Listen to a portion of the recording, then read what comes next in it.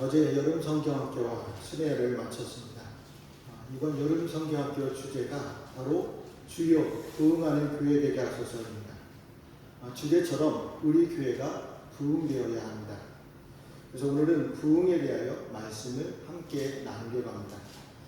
그렇다면 부흥이 무엇일까요? 부흥이라는 말의 사전적 의미는 세전하던 것이 다시 일어난다라는 의미입니다. 마찬가지로 부흥을 히브리어로 하야라고 하는데 소생하다, 살다, 다시 일어난다 라는 뜻이 있습니다. 우리도 몸이 쇠약해졌을 때, 또한 기운이 없을 때, 영양주사를 맞거나 보신으로 보충할 때 몸이 힘을 얻고 망해가던 나라가 다시 잘 사는 나라가 되거나 힘들었던 경제 상황이 좋아지는 것처럼 다시 살아나고 회복되는 것을 부흥이라고 합니다. 성경에도 다시 살아나는 부흥 이야기가 나옵니다. 유다 백성이 바벨론의 포로로 잡혀 있을 때 여호와의 영이 에스겔 선지자를 마른 뼈가 가득한 골짜기 가운데로 데리고 가셨습니다. 이 뼈들은 포로로 잡혀가 아무런 희망 없이 살고 있는 이스라엘 백성들을 상징합니다. 이스라엘은 국가적으로 멸망하고 민족적으로는 이방 땅으로 뿔뿔이 흩어져 있었습니다. 인간적으로 볼 때 마치 죽은 자와 같아서 다시 회복된다는 것은 상상조차 할 수 없었습니다. 그런데 하나님께서는 이스라엘을 다시금 회복시키신다고 말씀하십니다. 그리고 하나님께서 말씀하신 대로 포로기 70년 만에 이스라엘을 회복시키셨습니다. 사실 죽은 지 오래된 마른 뼈가 살아난다는 것은 인간적인 생각으로는 불가능합니다. 왜냐하면 인간은 한계를 지니고 있기 때문입니다. 그래서 이성적으로 한계를 벗어나는 일들을 불가능하다고 여기게 됩니다. 그러나 하나님께서 일하실 것이라는 믿음을 가진 사람들에게는 불가능한 일들이 가능케 됩니다. 아브라함이 어떻게 해서 자신이 사랑하는 외아들 이삭을 번제로 드리려 했습니까? 하나님께서는 죽은 자도 살릴 수 있다는 믿음이 있었기 때문입니다. 모세가 뒤에는 애국 군대가 추격해오고 앞에는 홍해가 가로막고 있으며 주변에서 이스라엘 자손들이 원망하며 여기서 다 죽게 생겼구나 절망에 탄성을 하였을 때, 이런 상황에서도 모세가 침착하며 차분할 수 있었던 것은 무엇 때문이었습니까? 이스라엘을 위하여 행하시는 하나님의 구원을 믿었기 때문입니다. 모세는 하나님께서 바다를 가르시고 길을 만드시며 추격하는 애국 군대를 물리칠 수 있는 권능을 지니신 하나님이심을 믿었습니다. 여호수아가 조금만 해가 길면 적군을 완전히 없앨 수 있는 상황에서 해가 저물고 달이 떠오르는 시점에 이르자 하나님 앞에서, 그리고 이스라엘 자손들 앞에서 태양아 기브온 위에 머물러라, 달아 아얄론 골짜기에 머물러라 라고 외칠 수 있었던 것은 천지 만물을 창조하신 하나님께서 역사하신다는, 태양과 달도 멈출 수 있다는 믿음이 있었기 때문입니다. 이처럼 하나님의 역사하심, 그리고 그 권능을 믿는 자에게는 불가능은 아무것도 아닙니다. 사람은 한계를 지니고 있죠. 그래서 아무리 날고 뛰어도 한계라는 벽에 부딪힐 수밖에 없습니다. 그러나 하나님을 의지하는 자, 하나님의 일하심의 여지를 열어두는 자에게는 불가능은 언제든 가능으로 바뀌게 됩니다. 그래서 우리가 불가능을 가능케 하시는 하나님을 믿기 때문에 이런 찬양도 부르곤 하죠. 할 수 있다 하시는 나의 능력 주 하나님, 의심 말라 하시고 물결 위 걸으라 하시네. 할 수 있다 하신 주, 할 수 있다 하신 주, 믿음만이 능력이라 하시네. 믿음만이 능력이라 하시네 라고 찬양합니다. 우리는 이러한 하나님을 언제든 잊지 말아야 합니다. 어떤 일, 어떤 한계, 어떤 절망의 벽 앞에서도 하나님의 일하심을 구하는 성도들이 되어야 합니다. 그럴 때 우리의 사전에서 불가능한 일이란 말을 완전히 지울 수 있습니다. 우리 사전에 불가능이라는 말을 지우게 되면 현실에서 절망하지 낳게 됩니다. 하나님께서 에스겔에게 마른 뼈들을 보여주었을 때 에스겔은 절망하지 않았습니다. 만약 하나님께서 우리에게 마른 뼈가 가득한 골짜기를 보여주셨다면 어떤 반응을 보였겠습니까? 공포에 질려 절망하는 반응을 보였겠죠. 그런데 에스겔은 두려워하지도 절망하지도 않았습니다. 반대로 소망을 품었습니다. 왜냐하면 하나님께서 이제 곧 이스라엘을 회복시키시겠다는 것을 믿었기 때문입니다. 에스겔의 소망은 놀라운 것이었습니다. 다른 모든 사람들이 다 끝났다고 말하는 상황, 아니 아주 오래전에 이미 끝나 더 이상 거론할 가치조차 없는 절망적인 상황 속에서도 에스겔은 자신의 소망을 하나님께 두었습니다. 모든 것을 포기하고 절망해야 할 상황 속에서 언약을 성실하게 이행하시는 하나님만을 믿었습니다. 이미 다 끝장난 것처럼 보이는 민족의 미래에 대해서도 소망을 포기할 수가 없었습니다. 이미 백살에 되어 죽은 자와 같은 처지에 있었음에도 하늘의 별과 해변의 모래와 같은 자손을 허락하실 것이고 땅의 모든 족속이 복을 얻으리라는 약속을 믿었기에 아들을 선물로 받은 아브라함을 생각해 보세요. 사망의 음침한 골짜기에 내려가 있으면서도 해양을 두려워하지 않으며 하나님의 신실하신 동맹을 믿고 그로 인해 선하시고 인자하신 하나님의 인도를 노래한 다윗을 생각해 보세요. 셀 수 없는 핍박과 헤아릴 수 없는 많은 고난을 받아 이미 그 마음에 사형 선고를 받은 상황에서도 죽은 자를 다시 살리시는 하나님을 의지하여 구원의 소망을 가진 바울 사도를 생각해 보세요. 그러니까 이들의 모습과 에스겔의 모습은 분명 한 가지 중요한 공통점이 있습니다. 그것은 절망적인 상황, 완전히 포기해야 하는 상황에서도 소망을 잃지 않았다는 사실입니다. 이처럼 다 끝났다고 여겨지는 상황, 이미 절망의 자리에 들어선 것처럼 보이는 상황에서도 포기하지 않고 소망을 놓치지 않는 사람들이 소망을 가질 수 있는 근거가 무엇이었습니까? 하나님을 온전히 믿었기 때문입니다. 자, 우리도 마찬가지겠죠.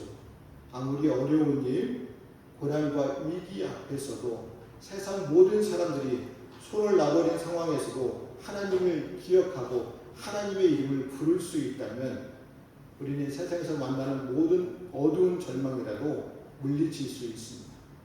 소망을 가지고 살아갈 수가 있습니다. 교회 부흥도 마찬가지겠죠. 어려운 상황과 환경에 처해 있어도 하나님의 이름을 부르며 의지한다면 소망을 잃지 않을 수 있습니다.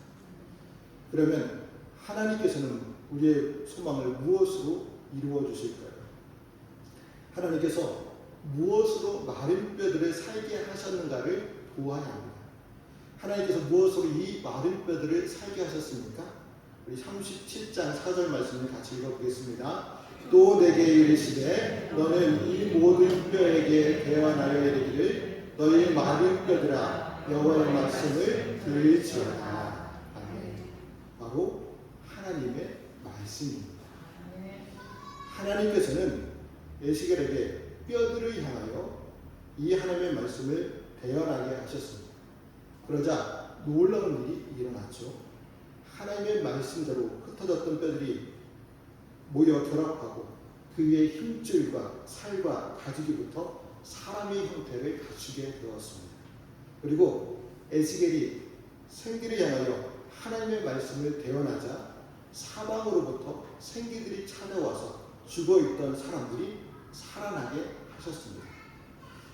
이처럼 하나님의 말씀이 전파되는 곳은 그곳이 죽음의 땅이라고 해도 생명의 역사가 일어납니다. 회복이 일어납니다. 부흥이 일어납니다. 하나님의 말씀은 창조의 능력이 있습니다. 하나님께서는 만물을 말씀으로 창조하셨습니다. 또한 이 말씀으로 만물을 지탱하고 운영해 가십니다. 그래서 하나님의 말씀은 생명의 말씀입니다. 이 생명의 말씀을 우리가 에스겔처럼 대언할 때 하나님은 우리를 통해서 생명의 역사를 일으키게 하실 줄 믿습니다. 우리는 하나님의 말씀을 전하는 이 사명을 잘 감당해야 합니다. 그로 인해 우리가 하나님께서 이루시는 생명과 구원과 회복의 역사를 이루는 축복의 통로가 되시기를 축복합니다. 생명의 말씀을 전하는 사명을 잘 감당한다면 마른 뼈들이 살아나게 하시고 특히 큰 군대가 되게 하셨던 것처럼 교회도 소망을 잃지 않고 하나님만을 의지한다면 큰 부흥의 역사가 일어나는 교회가 되게 하여 주십니다. 이처럼 부흥은 누가 일으키십니까? 바로 하나님께서 일으키십니다. 이 사실을 사도의 행전 2장에서도 볼 수 있습니다. 오순절이 되었을 때 성도들이 함께 모여 있는 모습이 나옵니다. 성도들은 예수님이 하늘로 올라가시면서 약속하신 성령을 기다리고 있었죠. 성도들이 다락방에 모여 있을 때 하늘에서 강한 바람이 부는 것 같은 소리가 났습니다.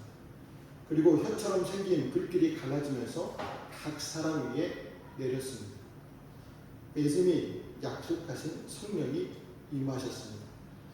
성령을 받은 각 사람들이 각 나라의 언어로 말을 하자 그것을 본 사람들은 놀랐습니다. 그때 베드로가 사람들 앞에 서서 십자가에 못 박히신 예수님을 전했습니다. 베드로가 전한 복음을 들은 사람들은 자신의 죄를 깨달았습니다. 그리고 우리가 어떻게 하면 좋겠습니까? 라고 물었을 때 베드로는 죄를 회개하고 세례를 받고 죄의 용서함을 받으라고 말했습니다.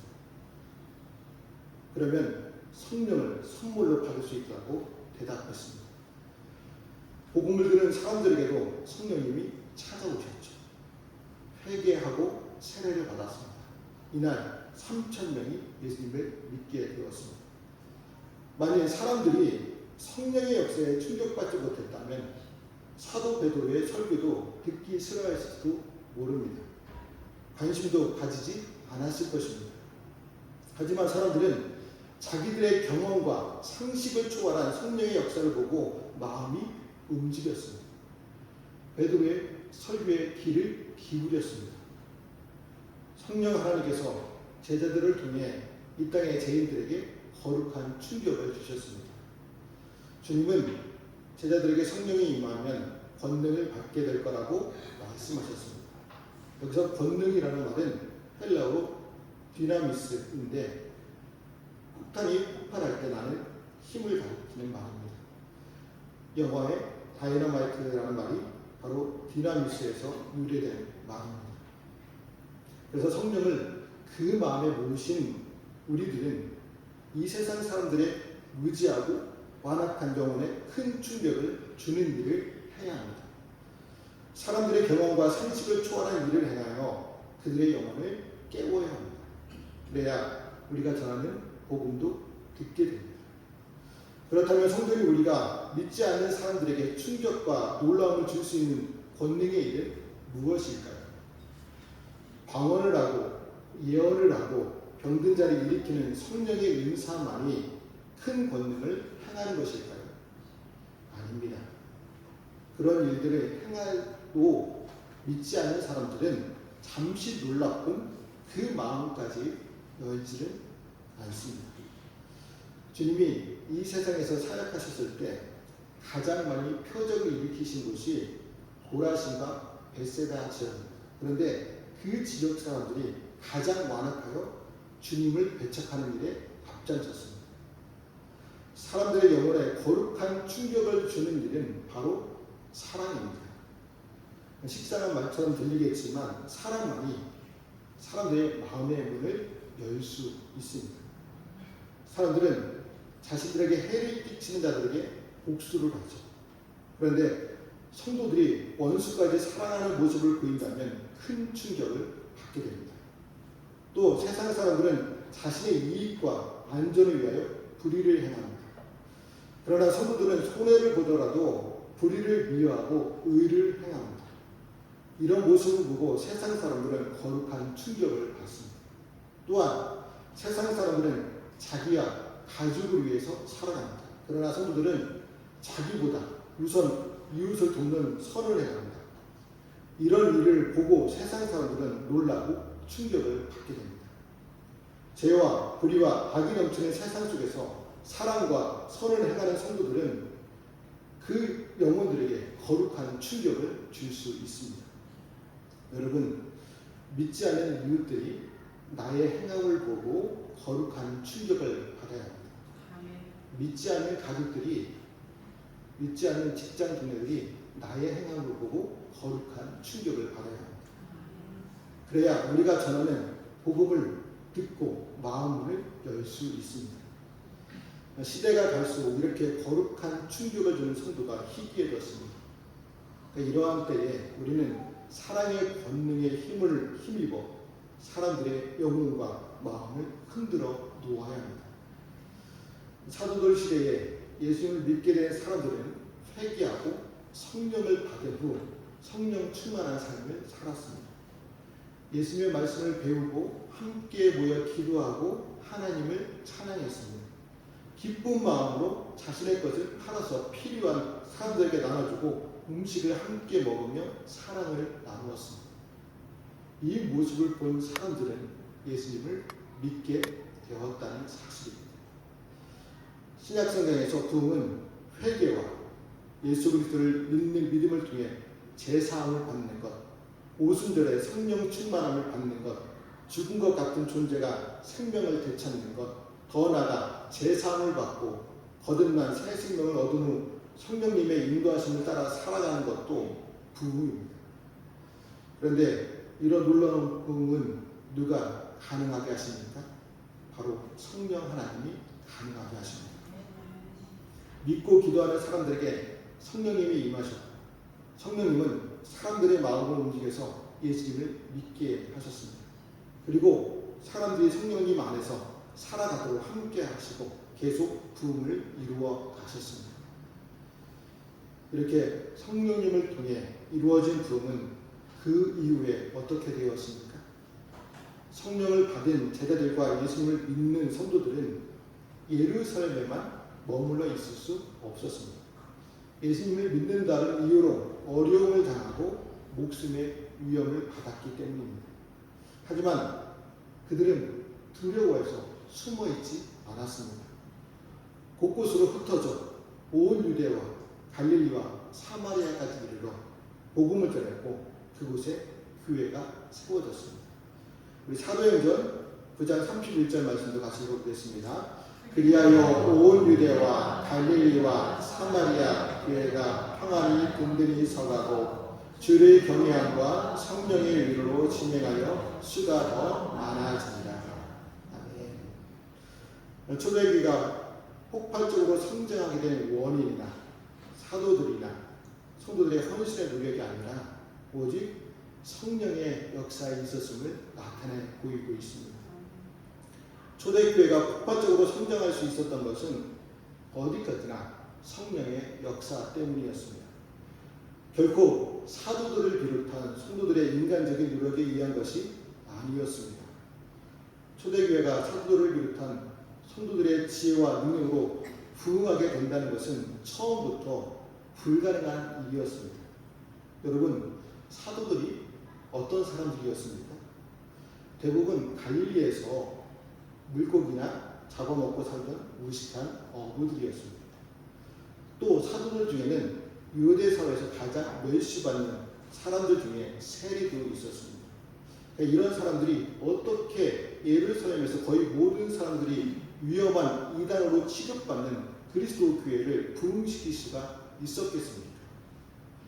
사람들이 보기에 교주라고 할 수 있었던 예수님은 이미 자기의 가장 핵심 제자들 중에 한 사람인 가룟 유다에게 배반으로 붙잡혀서 죄인의 오명을 쓰고 십자가에 처형된 상태에 있었습니다. 이런 상황에서 무식하고 질 낮은 사람들이 교회를 부흥시킨다는 것은 도저히 상상할 수 없는 일이었습니다.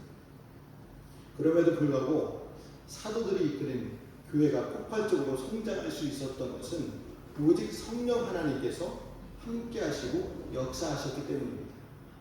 자, 이것은 초대교회에게만 국한된 이야기가 아닙니다.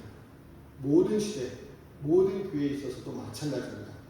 시대를 막론하고 모든 교회가 부흥하고 성장하기 위해서는 반드시 성령 하나님께서 역사해 주셔야만 합니다. 성령의 하나님의 역사 없이는 결코 교회가 성장할 수 없다는 것이죠. 특히 우리 교회는 성령 하나님의 역사가 반드시 필요합니다. 그래야만 성장할 수 있습니다. 우리 교회뿐만 아니라 오늘날 많은 한국 교회도 마찬가지겠죠. 왜요? 한국 교회가 더 이상 성장하지 못하고 있기 때문입니다. 아니, 오히려 생존 위기에 처해 있습니다. 왜 한국 교회는 초대교회처럼 성장하지 못하고 생존 위기에 처해 있는 것일까요? 근본적인 이유는 성령 하나님을 의지하지 않았기 때문입니다. 성령님을 의지하고 그렇지 않고 자꾸만 인간의 힘으로 무엇을 해보려고 하기 때문에 교회에 위기가 찾아왔습니다. 그래서 우리는 더욱 성령을 의지해야 합니다. 성령이 역사하시도록 만들어야 합니다. 성령의 인도를 받아야 합니다. 그럴 때 우리 교회는 성장할 수 있습니다. 성령님이 함께 하시니까 복음이 전해지는 곳마다 초대교회가 평안히 든든히 서갈 수 있도록 도와주셨습니다. 더 먼 곳까지 더 많은 사람들이 예수님을 믿고 영원한 생명을 얻도록 부흥하게 하셨습니다. 예수님은 하늘로 올라가시기 전 제자들에게 예루살렘과 온 유대와 사마리아와 땅끝까지 증인이 될 것이라고 말씀하셨습니다. 이 명령은 복음을 전하겠다고 다짐하는 우리에게 하시는 명령입니다. 우리도 예수 그리스도의 복음을 위해 그리고 성령의 능력을 통한 그의 부흥을 위해 기도하며 하나님 앞으로 나아가야 합니다. 성령 하나님께서 우리를 통해 어떻게 부흥을 이루실지 기대하며 살아가야 합니다. 우리가 복음의 증인이 되어 세상을 향해 나갈 때 성령님이 우리와 함께 하십니다. 이 사실을 믿으며 부흥의 주인공들이 되시기를 주님의 이름으로 말씀을 드립니다. 기도하시겠습니다.